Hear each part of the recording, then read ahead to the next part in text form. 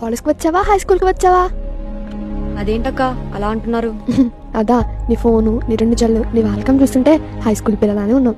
అయినా college days అంటే చాలా కలర్ఫుల్గా ఉండాలి. ఇవి చాలా మెమరబుల్ డేస్. ఈ ఏజ్లో ఒక స్మార్ట్ ఫోన్ లైఫ్ని ఎంజాయ్ చేస్తే ఆ కిక్కే వేరు. అయినా నీలాంటి వాళ్ళకి నేనేం చెప్పలేనులే, నీ ఇష్టం. నిజమేనంటావా? కాలేజ్ అంటే అలా కలర్ఫుల్గా ఉండాలంటావా అక్క? భయపడకు, కూర్చో. నేను నీ సీనియర్ని. నా పేరు గ్రేసీ.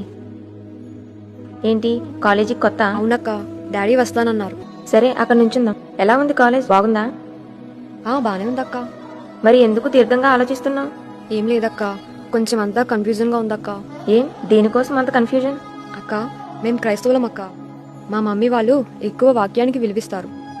మా మమ్మీ ఎప్పుడూ చెప్తా ఉంటా, ఎలా ఉండాలో, ఎక్కడ కూర్చోవాలో, ఏం ధరించాలో, ఎలా తినాలో, అలా చక్కగా ప్రతిదీ చెప్పారక్క.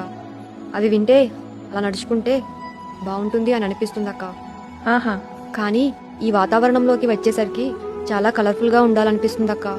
మా మమ్మీ వాళ్ళు చెప్పేది వినాలో లేకపోతే ఇలా ఉండాలో ఏం అర్థం కావట్లేదక్క. అందుకే చాలా కన్ఫ్యూజన్లో ఉన్నానక్క.